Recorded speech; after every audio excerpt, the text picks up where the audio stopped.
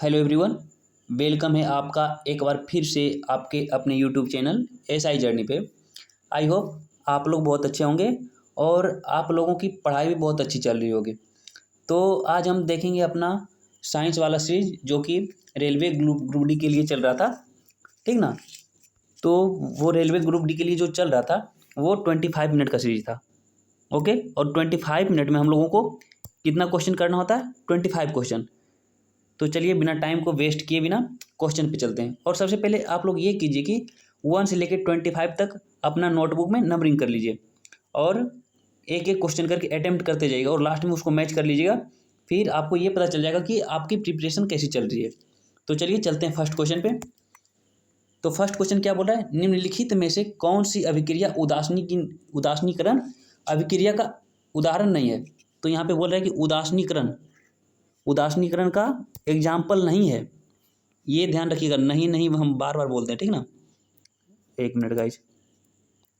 तो देखिए क्या बोल रहा है, उदासीनीकरण का एग्जाम्पल नहीं है। तो कौन सा एग्जाम्पल नहीं है? तो सबसे पहले ये देखिए, उदासीनीकरण अभिक्रिया होता क्या है ये बताइए। तो इसमें होता क्या है, एक मिनट यार। तो उदासीनीकरण अभिक्रिया होता क्या है ये बताइए।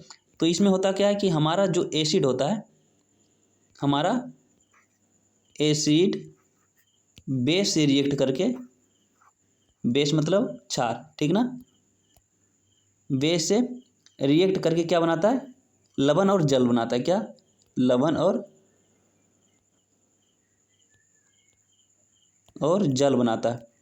तो ये डायरेक्ट क्वेश्चन बनता है कि उदासीनीकरण अभिक्रिया में कौन किससे रिएक्ट करता है? एसिड मतलब अम्ल, ये हम हिंदी में लिख देते हैं, ठीक है। अम्ल क्षार से अभिक्रिया करके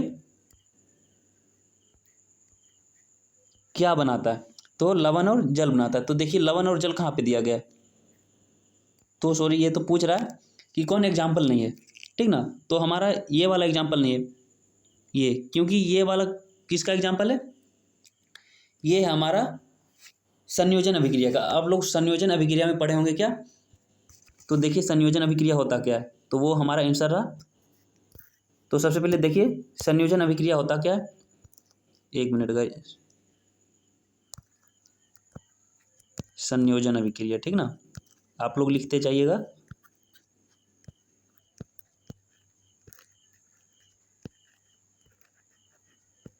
संयोजन अभिक्रिया, इसमें होता क्या है?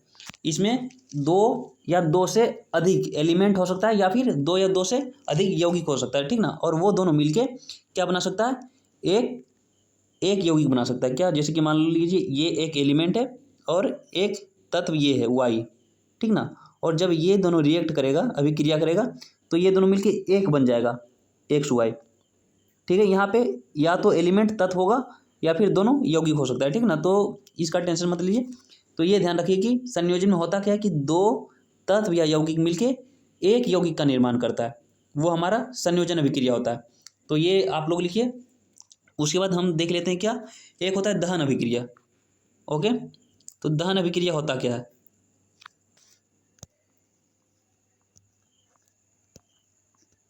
दहन अभिक्रिया, यार ये हो है, ठीक ना। दहन अभिक्रिया,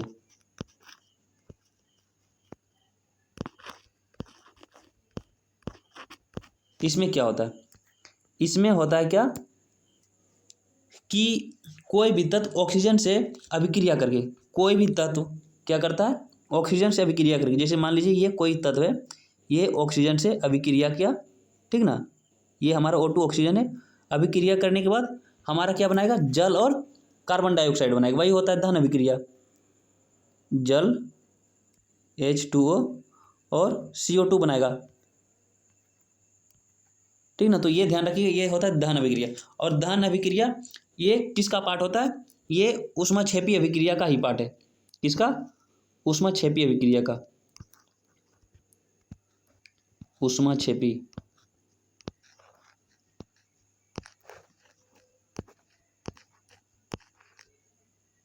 ओके, ऊष्माक्षेपी अभिक्रिया का आप लोग ये लिख लीजिए, अभिक्रिया। और एक क्या होता है, एक होता है अपघटन अभिक्रिया। तो चलिए नेक्स्ट में देखते हैं, स्पेस यहाँ पे नहीं मिल रहा है। अच्छा, तो यहीं देख लीजिए, ठीक ना। तो एक क्या होता है अपघटन अभिक्रिया, अपघटन।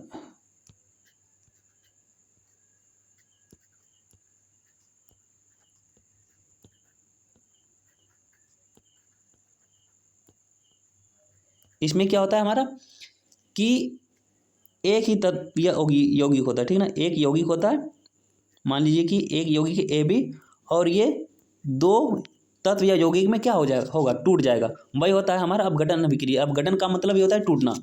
तो ये ए बी है तो ये बन जाएगा ए प्लस बी, ठीक ना।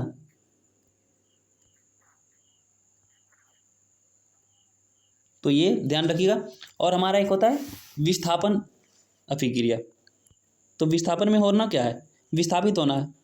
विस्थापित मतलब एक दूसरे से क्या करना है, एक्सचेंज कर लेना है, बदल लेना है, एक दूसरे के साथ हो जाना है।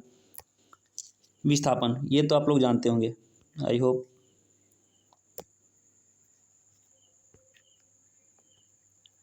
एक मिनट गाइज, क्या है विस्थापन।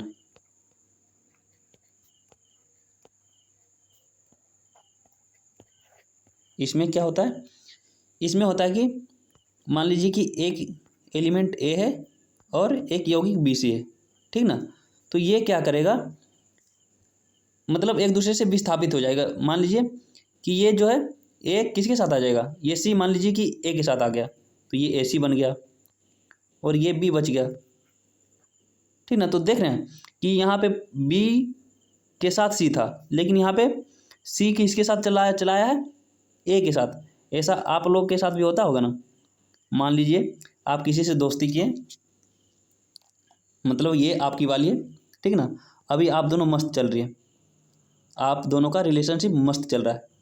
लेकिन कुछ दिन के बाद क्या हुआ, टाइम बीतता गया, लेकिन एक पल ऐसा आया कि ये आपकी वाली जो है वो क्या किए, आपको विस्थापित कर दिए, आपको अकेली छोड़ दिए, और फिर वो इधर चली आई है। तो यही होता है हमारा विस्थापन अभिक्रिया। तो आप लोग यहाँ से ध्यान रखिएगा।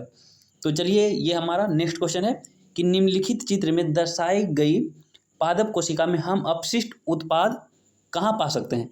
तो ये जो हमारा वेस्ट मटेरियल होता है जो पादप कोशिका में, वो कहाँ स्टोर होता है ये पूछ रहा है। तो ये हमारा वैक्यूल में स्टोर होता है। ये हमारा क्या है, वैक्यूल, वैक्यूल, ठीक ना। ये ध्यान रखिएगा। तो ये कहाँ है, तीर चार द्वारा दर्शाया गया चित्र है। और ये आप लोग ये ध्यान रखिएगा किसको क्या बोलते हैं, क्योंकि इसके पिछले टाइम फिगर से बहुत सारा क्वेश्चन पूछा गया है। जैसे कि मान लीजिए ये हमारा क्या है, ये हमारा सेल वॉल होता है, यानी कोशिका भित्ति होता है। फिर यहाँ पे सेल मेम्ब्रेन मिलता है। फिर अंदर जाएगा तो क्या मिलेगा, कोशिका द्रव्य मिलेगा। फिर बहुत सारा ऑर्गेनिज्म मिलेगा, माइटोकॉन्ड्रिया, उसके बाद क्या, लाइसोसोम, ये सब मिलता जाएगा, ठीक ना। तो यहाँ से ये ध्यान रखिएगा। तो चलिए चलते हैं नेक्स्ट क्वेश्चन पे। तो नेक्स्ट में क्या बोल रहा है, त्रिक में मध्य तत्व होता है। तो आप लोग ये पढ़े होंगे त्रिक नियम, ठीक ना। तो त्रिक में क्या होता है कि मध्य में कौन होता है। तो सबसे पहले ये त्रिक नियम होता क्या है कि जो फर्स्ट मान लीजिए ये है एक एलिमेंट, एक एलिमेंट ए है, एक बी है, एक सी है। तो इसमें त्रिक नियम में होता क्या है, ये और ये नियम है किसका, डोबे राइनर का है, ठीक ना। किसका, डोबे राइनर का। तो इसमें बोला जाता है कि ए का जो परमाणु द्रव्यमान होता है और सी का जो परमाणु द्रव्यमान होता है, ठीक है, इसके क्या होता है, ये दोनों का एवरेज इसके बराबर होता है। तो मान लीजिए कि ए प्लस बी का जो परमाणु द्रव्यमान का जो क्या है, ए प्लस सी, सॉरी, ए प्लस सी का, एक मिनट यार,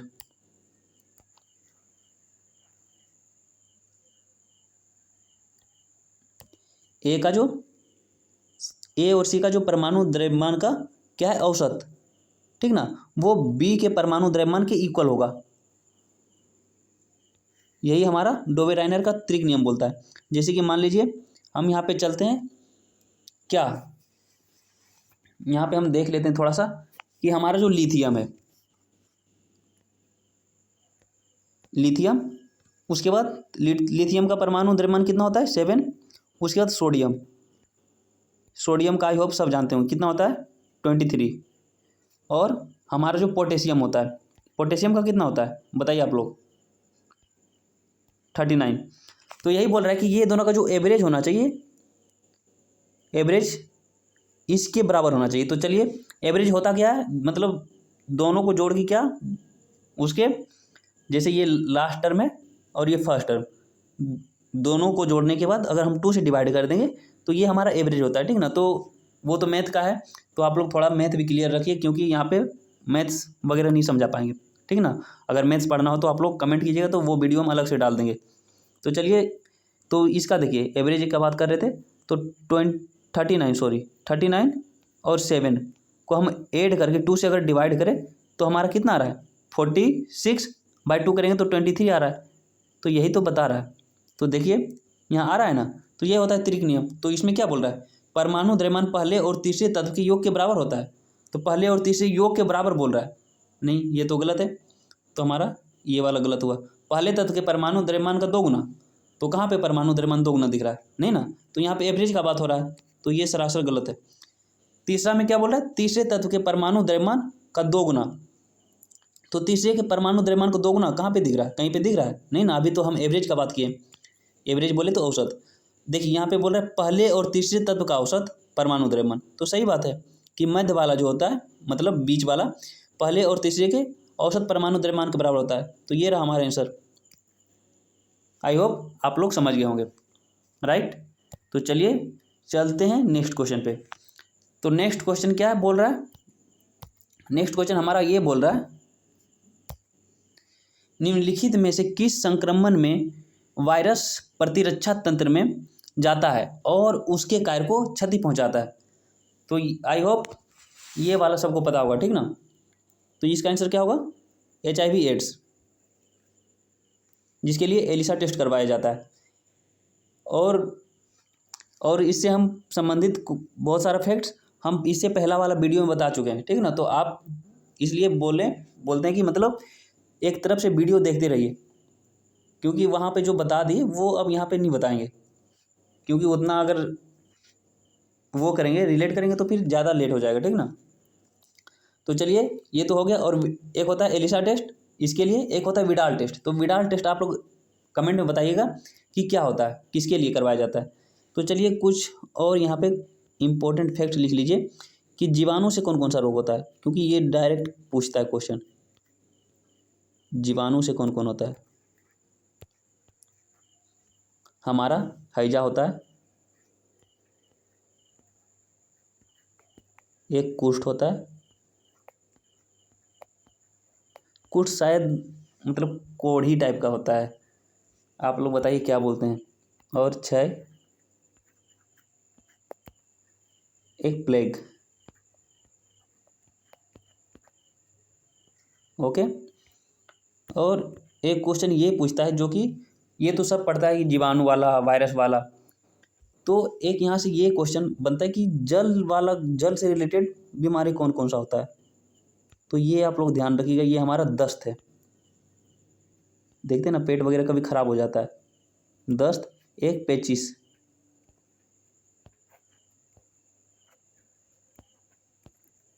एक हेपेटाइटिस, ये सब हेपेटाइटिस।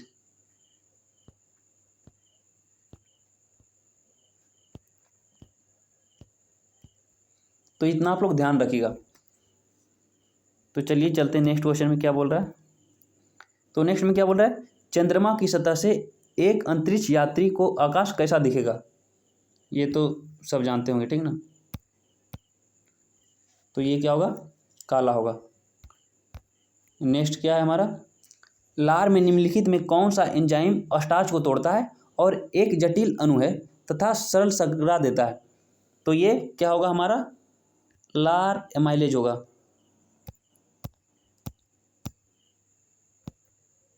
क्या होगा, लार एमाइलेज। तो आप लोग थोड़ा सा ये समझ लीजिए कि मान लीजिए ये आप हैं, ठीक ना। उतना अच्छा तो ड्राइंग भी नहीं है यार।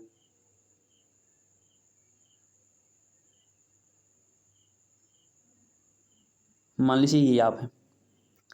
अब यहाँ से आप लोग फूड लिए, भोजन लिए, ठीक है।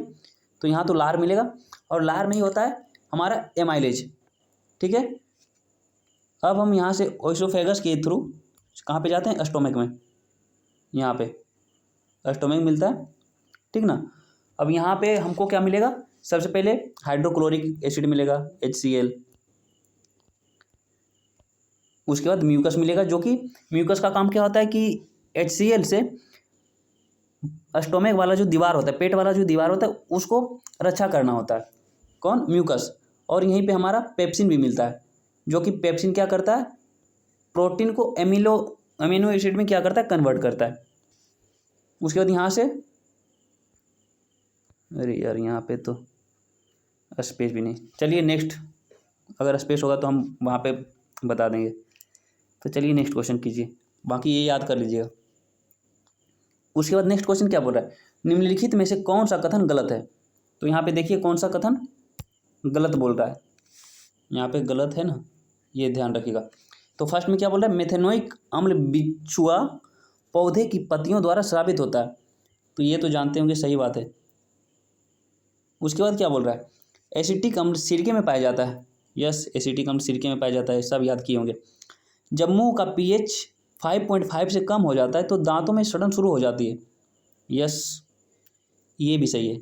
उसके बाद डी में क्या बोल रहा है, मुंह में मौजूद बैक्टीरिया मुंह में मौजूद बचे हुए भोजन कणों के विघटन से बेस का उत्पादन करता है। बेस बोले तो यानी क्षार, ठीक ना। तो यही हमारा गलत है, क्योंकि हमारा जो माउथ होता है वो खाने के बाद जो बच जाता है तो वो क्या करता है, अम्लीय कर देता है, ना कि क्षार कर देता है। तो यहाँ पे क्या होना चाहिए, अम्लीय, यहाँ पे क्या होना चाहिए, अम्लीय। अरे यार यहाँ पे अम्लीय होना चाहिए, क्योंकि हमारा जो माउथ वो अम्लीय हो जाता है। तो इसलिए हम कोलगेट का जो यूज करते हैं, कोलगेट वो क्या होता है, वो हमारा बेसिक नेचर का होता है। बेसिक नेचर बोले तो क्षारीय नेचर का, ठीक ना।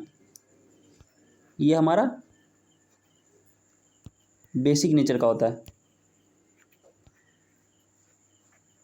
जो कि हमारा अम्लीयता को दूर करता है। तो यहाँ पे यही लिखा है कि अगर भोजन बच जाता है तो वो बेस का उत्पादन करता है, नहीं, वो तो अम्लीय होता है। तो ये हमारा यही वाला डी गलत है। तो चलिए चलते हैं नेक्स्ट क्वेश्चन पे। नेक्स्ट में क्या बोल रहा है, प्रकाश संश्लेषण के लिए निम्नलिखित में से कौन सा घटक आवश्यक है। जब फोटोसिंथेसिस होता है तो उसके लिए क्या चाहिए होता है। तो आप लोग ये बताइए क्या चाहिए होता है। तो फर्स्ट क्या है, ऑक्सीजन, सही बात है। नहीं, ये तो ऑक्सीजन नहीं चाहिए होता। तो ये क्योंकि ये वेस्ट मटेरियल है, और ये आप लोग ये भी ध्यान रखिएगा, पौधा का वेस्ट मटेरियल क्या है, मतलब पौधा के लिए वेस्ट चीज़ क्या है। तो ये ऑक्सीजन वेस्ट चीज़ है उसका, तो यही हमारा गलत है। अगर ऑक्सीजन आ गया तो ये गलत है। उसके बाद सेकंड देखते हैं, कार्बन डाइऑक्साइड, सही बात है, चाहिए होता है, जल चाहिए होता है, सूर्य प्रकाश चाहिए होता है, लेकिन फिर यहाँ पे ऑक्सीजन दे दी, ये गलत है। उसके बाद थर्ड में क्या बोल रहे हैं, कार्बन डाइऑक्साइड, हाँ फोटोसिंथेसिस के लिए कार्बन डाइऑक्साइड चाहिए, जल भी चाहिए, सही है। उसके बाद सनलाइट चाहिए, सही है, क्लोरोफिल भी चाहिए, हाँ। तो यही आंसर होना चाहिए, और क्या। तो हमारा आंसर क्या होगा, ये वाला, ओके। उसके बाद फोर में देख लेते हैं क्या है, कार्बन डाइऑक्साइड, जल, ऑक्सीजन, फिर यहाँ पे ऑक्सीजन दे दिया है। ऑक्सीजन कहाँ से, क्योंकि ऑक्सीजन इसका तो वेस्ट मटेरियल है, पौधा का क्या वेस्ट मटेरियल है, वेस्ट उत्पाद जिसको बोल सकते हैं, ओके। तो आई होप आप लोग समझ रहे होंगे। तो चलिए चलते हैं फिर नेक्स्ट क्वेश्चन में, और आप लोग ध्यान रखिएगा क्योंकि कभी कभी ये पूछ लेता है और आप लोग कन्फ्यूज कर जाइएगा। तो आप लोग इसको नोट डाउन करके याद करते रहिएगा। नेक्स्ट में क्या बोल रहा है, नेक्स्ट में बोल रहा है, अच्छा डायलिसिस के बारे में पूछ रहा है। तो सबसे पहले ये बताइए कि डायलिसिस होता क्या है, डायलिसिस होता क्या है। तो सबसे पहले आप लोगों को ये बता दें कि डायलिसिस होता क्या है, कि हमारा किडनी कभी कभी ख़राब हो जाता है, कभी कभी क्या, अगर ख़राब हो गया तो फिर वो जल्दी ठीक नहीं होता है, ओके। मान लीजिए ये हमारा किडनी है, समझ रहे ना, ये हमारा किडनी है। तो वही किडनी जब ख़राब हो जाता है तो फिर क्या होता है, हमारा ब्लड में यूरिया घुल जाता है, मिल जाता है ब्लड में, मतलब खून में क्या होता है, यूरिया घुल जाता है, मिल जाता है, ठीक ना, यूरिया मिल जाता है, जो हमारे बॉडी के लिए क्या होता है, बहुत ही खराबी पहुंचाता है। तो फिर यही ब्लड को सही करने के लिए, मतलब इससे यूरिया को रिमूव करने के लिए, हटाने के लिए हमारा डायलिसिस होता है। तो अब यही पूछ रहा है कि डायलिसिस के बारे में कौन सा कथन, अच्छा उसका ऑर्डर पूछ रहा है कि कैसे कैसे होता है। तो कैसे होता है, सबसे पहले धमनी से रेखा, हाँ तो सबसे पहले देखिए धमनी से रेखा, सी यहाँ है, सी यहाँ है, ओके। क्योंकि यहाँ पे ए है तो गलत हो गया, क्योंकि यहाँ पे क्या बोल रहे हैं, रेखा से सिरा तक, नहीं यहाँ होता है धमनी से रेखा होता है। उसके बाद यहाँ भी ए है तो ये भी हमारा कट। अब बी में क्या बोल रहा है, दोनों में बी है तो बी में देखते हैं क्या, रोगी से रक्त को डायलिसिस द्रव के साथ एक टैंक से गुजारा गया। हाँ तो टैंक से गुजारा जाता है, जैसे कि मान लीजिए यहाँ पे आप लेटे हैं, ठीक ना, ये आप हैं ना कि आपकी वाली, क्योंकि सब चाहता है कि मेरा वाला सही है, ठीक ना। तो आप ये बेड पे लेटे हुए हैं, यहाँ से आपके धमनी से एक रेखा गया, मतलब एक पाइप, और यहाँ पे एक टैंक लगा होता है, ठीक ना, यहाँ पे एक टैंक लगा होता है, यहाँ से जाता है, फिर यहाँ से फिर यहाँ पे इधर एक डायलिसिस होने के लिए होता है, यहाँ पे डायलिसिस होता है। उसके बाद यहाँ से फिर जाके यहाँ पे, अरे यार ये क्या हो गया, अच्छा चलिए इसका हम एक पिक लगाए हैं, आगे तो आपको समझ आ जाएगा। तो ये वाला तो सही है, बी में दोनों है। अब क्या होता है, अब यहाँ पे डी दिया है, यहाँ पे ई दिया है, तो डी में क्या बोल रहा है, रक्त से अपशिष्ट उत्पाद डायलिसिस द्रव में चले जाते हैं, नहीं ये वाला नहीं होगा, हमारा ई होगा, ठीक ना। तो हमारा ये वाला आंसर सही है। तो चलिए आप लोग देख लीजिए सबसे पहले क्या क्या होता है इसमें डायलिसिस। तो देखिए यहाँ पे आप लेटे हैं, ओके, तो देखिए यहाँ पे, यहाँ से आप लोग ऐसे गए,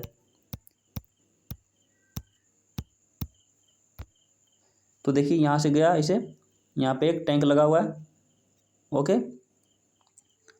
उसके बाद यहाँ पे देखिए येलो कलर का पाइप है, ऐसे करके रेड कलर का ऐसे करके आया, और यहाँ पे ऐसे, यहाँ पे भी हुआ डायलिसिस, फिर यहाँ से ऐसे करके आपके बॉडी में फिर से वही ब्लड आ गया। तो यही होता है हमारा डायलिसिस। चलिए नेक्स्ट क्वेश्चन देखते हैं, तो आप लोग ध्यान रखिएगा इसका कैसे कैसे होता है।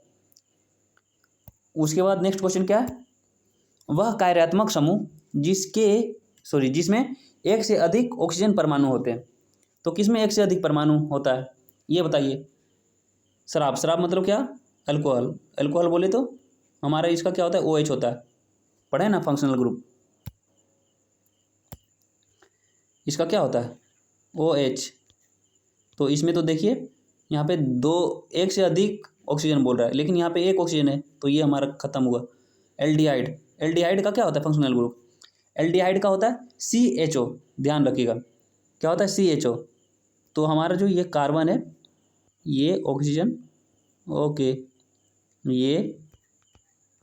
ये तो इसमें भी देखिए एक ऑक्सीजन है, तो ये भी गलत हो गया। इसका क्या होता है COOH, तो हमारा यही दो एक से अधिक है, तो यही आंसर हो जाएगा। कीटोन का भी आप लोग जानते होंगे, कीटोन का क्या होता है CO।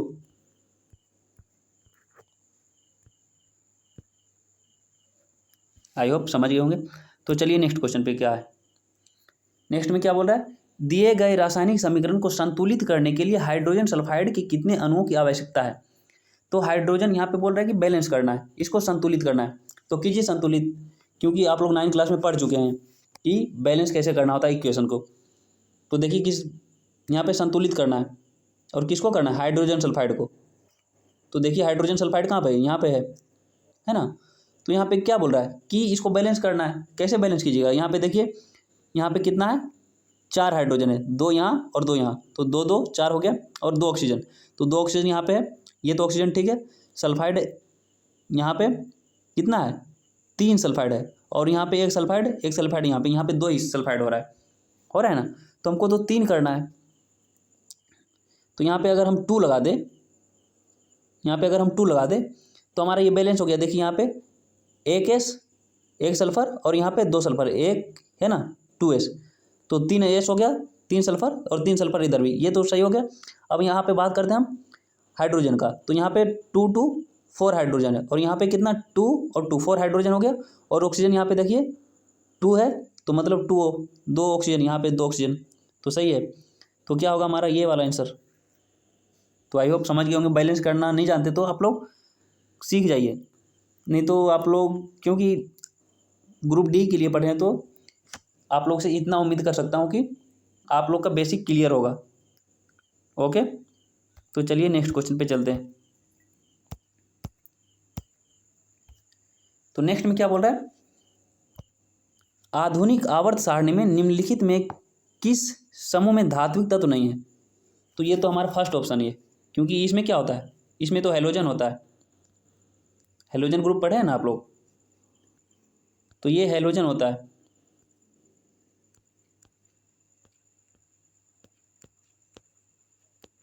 ये हेलोजन है, तो हमारा ये वाला आंसर है कि मतलब बोल रहा है कि धात्विक तत्व नहीं है, और ये सब हमारा धात्विक तत्व है, तो ये वाला आंसर रहा,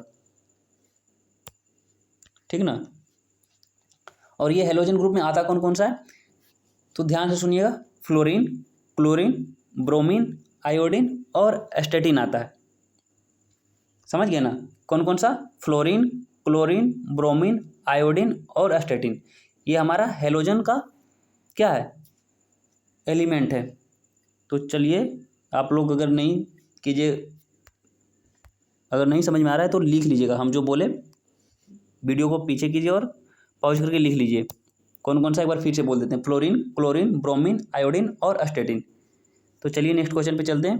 तो नेक्स्ट क्वेश्चन में क्या बोल रहा है, किसी आर्मेचर की भुजाओं पर कार्यरत बल का परिणाम अधिकतम होता है जब भुजाओं की लंबाई होती है, कैसी होती है, चुंबकीय क्षेत्र के लंबत होता है, भुजाओं की लंबाई चुंबकीय क्षेत्र के अगर लंबत होता है तो मैक्सिमम बल होता है, मैक्सिमम बल होता है, तो हमारा यही वाला आंसर है। तो चलिए नेक्स्ट में क्या बोल रहा है देखते हैं।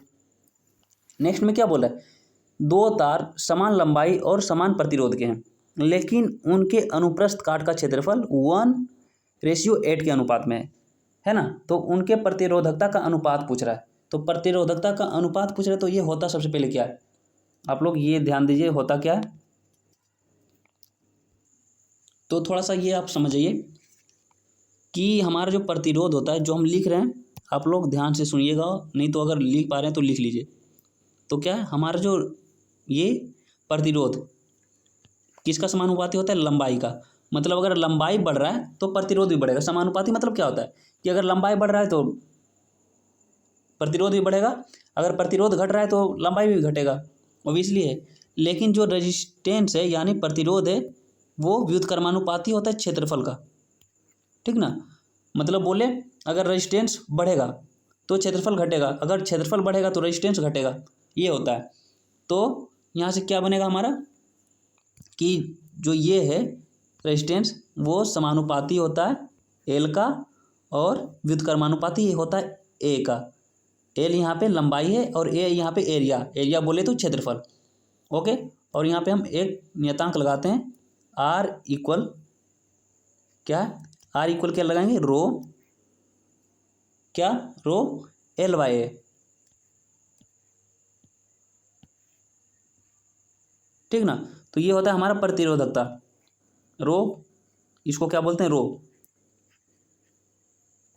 और इसको बोलते हैं रो को प्रतिरोधकता। तो वही बोल रहे हैं प्रतिरोधकता का अनुपात क्या होगा, तो अगर जो क्षेत्रफल का अनुपात होगा, ओके, वही हमारा प्रतिरोधकता का भी रेशियो होगा। तो देखिए कहाँ पे है वो 1:8, तो 1:8 यहाँ पे है। तो आई होप समझ गए होंगे। तो ये लिख लीजिए, समझ रहे हैं ना, क्योंकि कहीं पे ये पूछ लेगा कि अगर लंबाई बढ़ता है तो प्रतिरोध क्या होगा, तो प्रतिरोध भी बढ़ेगा। अगर प्रतिरोध घटता है तो लंबाई क्या होगा, लंबाई भी घटेगा। अगर कभी प्रतिरोध बढ़ता है तो उसका क्षेत्रफल क्या होगा, क्षेत्रफल पर क्या प्रभाव पड़ेगा, तो क्षेत्रफल घटेगा। तो ये आप लोग आई होप समझ गए होंगे, और ये आप लोग नोट डाउन कर सकते हैं। तो चलिए नेक्स्ट क्वेश्चन चलते हैं, क्या है, एक स्लाइड खाली रह गया। तो देखिए नेक्स्ट क्वेश्चन क्या है।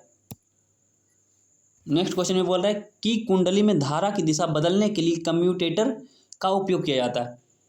तो किसकी, ये डीसी मोटर और डीसी जनरेटर दोनों होगा इसका। नेक्स्ट क्वेश्चन क्या है, इसमें तो कुछ समझाने के लिए था नहीं। इसमें क्या बोल रहा है, छोटे कण और रंग के प्रकाश को सबसे अधिक बिखेरते हैं, दूसरी ओर बड़े कण कौन से रंग के प्रकाश को सबसे अधिक बिखेरते हैं। तो यहाँ पे बोल रहा है कि अगर कोई छोटा कण है, मान लीजिए ये छोटा कण है, तो ये किसको सबसे ज़्यादा, किस कलर को सबसे ज़्यादा ये क्या करेगा, बिखरेगा, ठीक ना। तो ये हमारा ये वाला होगा, ठीक ना। छोटा कण बैगनी और नीला को बहुत ज़्यादा बिखेर देता है, और वही अगर हम बड़ा कण ले लें, मान लीजिए इतना, तो वो लाल और नारंगी को सबसे ज़्यादा अधिक क्या करेगा, बिखेर देगा, यानी उससे ज़्यादा रिफ्लेक्ट हो जाएगा, ये बताना चाह रहा है। ओके, तो इसका आंसर यही वाला है। तो चलिए नेक्स्ट क्वेश्चन क्या बोल रहा है। नेक्स्ट क्वेश्चन में रिएक्टिविटी सीरीज पूछ रहा है। तो सबसे पहले यहाँ पे रिएक्टिविटी सीरीज देखिए, जो कि डायरेक्ट एनसीईआरटी का है।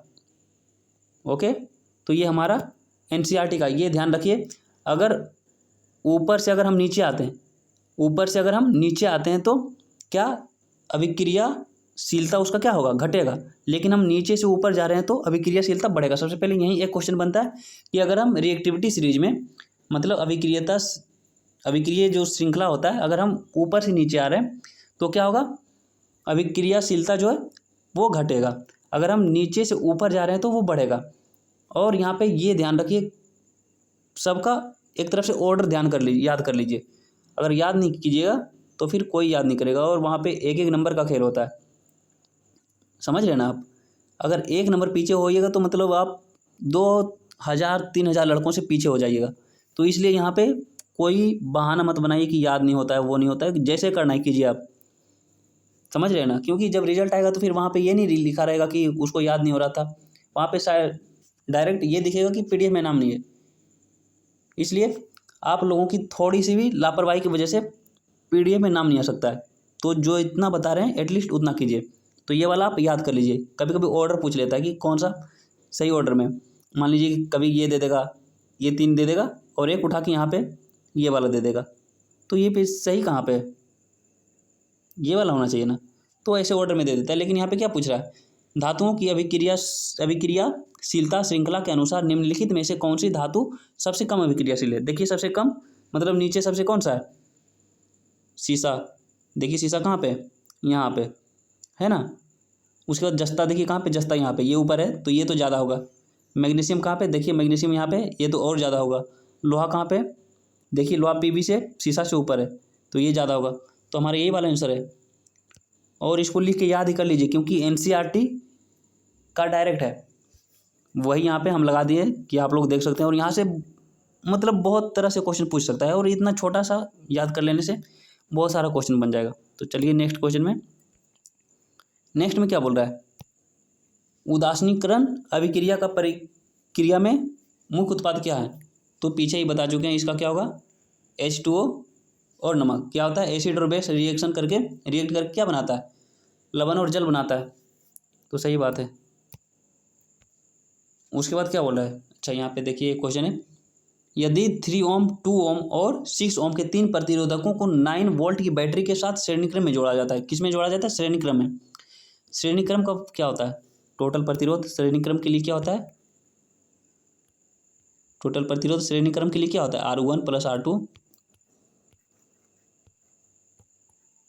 + R3 ये होता है। और अगर समांतर क्रम पूछे तो 1/R1 1/R2 1/R3 होता है।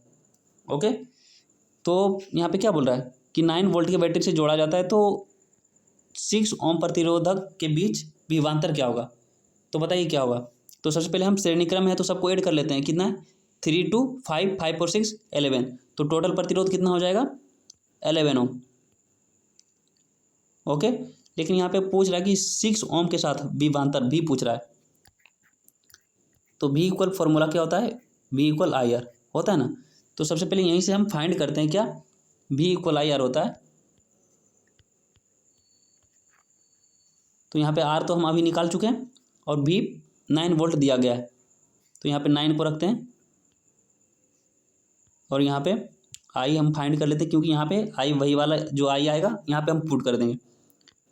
और R कितना है, R अभी फाइंड कर चुके हैं, 11 ओम आया, 11 ओम।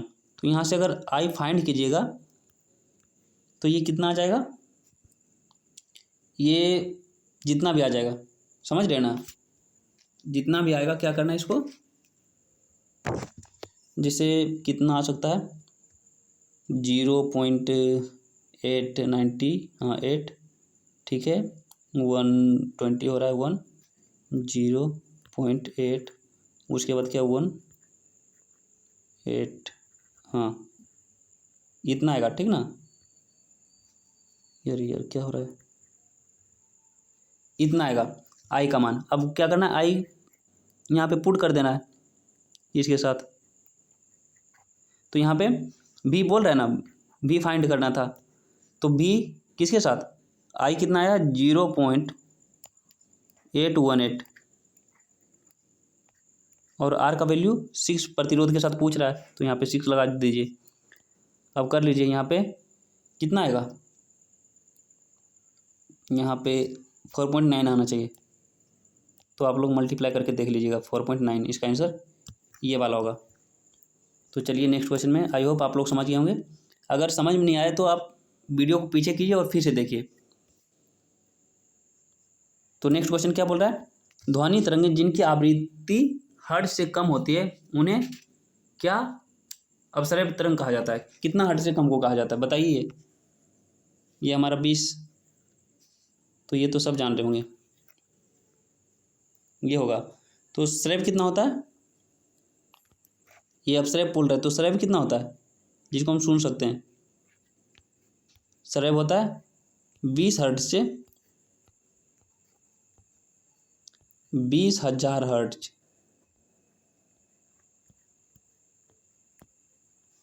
या कभी कभी इसको 20,000 हर्ट्ज ना देके इसको 20 किलो हर्ट्ज लिख देता है, ठीक ना, और वहाँ पे लोग कंफ्यूज हो जाता है 20 किलो हर्ट्ज। तो जो भी बोले ध्यान रखिएगा। उसके बाद एक होता है इंफ्रासोनिक।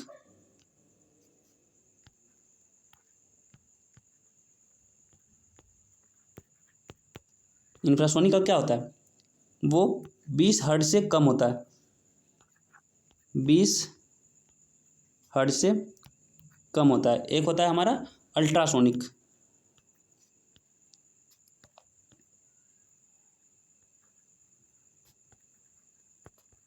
जो कि क्या होता है 20,000 हर्ट्ज से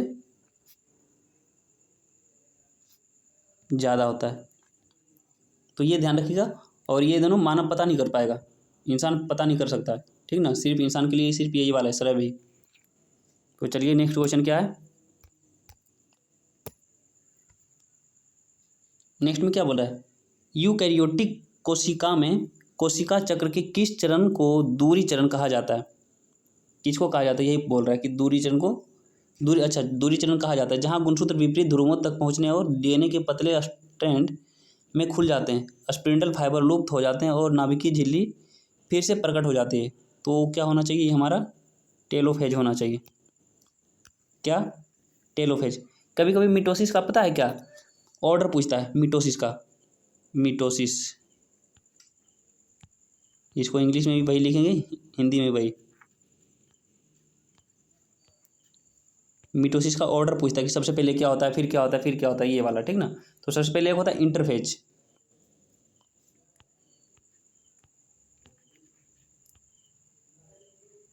इंटरफेज। उसके बाद क्या आता है प्रोफेज,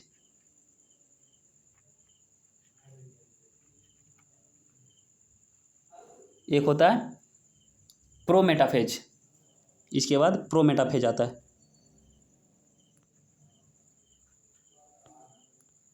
मेटाफेज, इसके बाद क्या आता है मेटाफेज,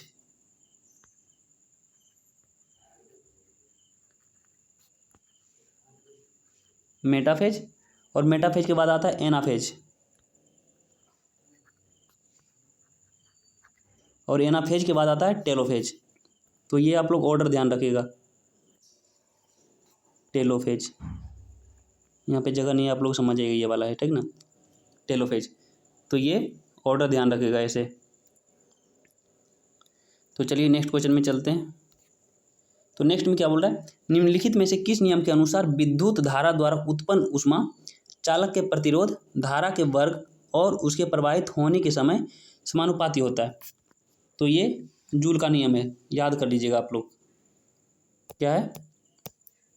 जूल का नियम है। तो ये रहा हमारा 25 क्वेश्चन का सीरीज। आई होप आप लोग को समझ में आया होगा। तो चलिए फिर से मिलते हैं नेक्स्ट वीडियो में, जो कि 25 क्वेश्चन का सीरीज चल रहा है। तो आई होप आप लोगों को सब कुछ समझ में आया होगा। ओके, तो चलिए मिलते हैं नेक्स्ट वीडियो में। बाय बाय, टेक केयर, जय हिंद, ध्यान रखिए अपना।